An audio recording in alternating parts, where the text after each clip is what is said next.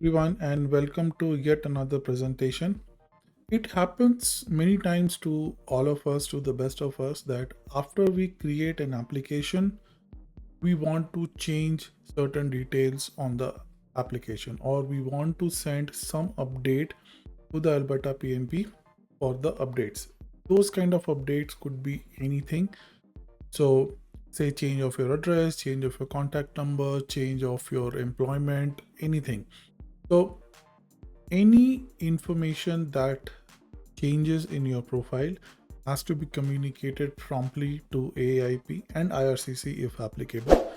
And on 27th February 2025, Aaip came up with a very important update on how it will be accepting any kind of updates. So effective immediately. So if you are listening to this video right now, the only way of updating your application with Aaip is through the update employment information tab in the Aaip portal. So if you go and log into Aaip, you will see that under your application there is a update employment information tab.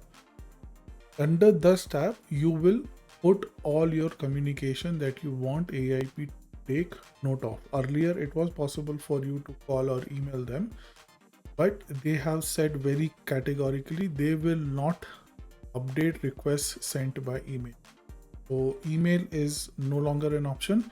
The only option is the online page, and I think it's a good thing because it kinds of streamlines the communication channel, and then you can track your communication through the same portal instead of going through email or other means of communication.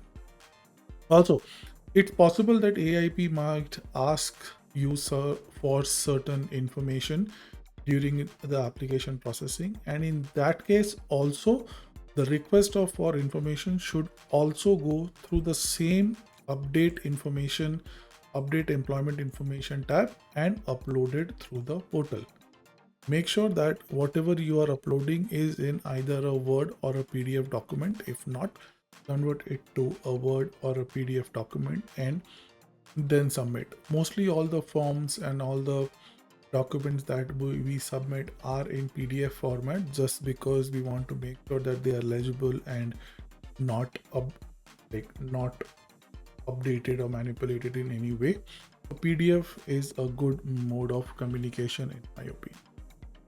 So yeah, there is a lot of way to convert your documents to PDF.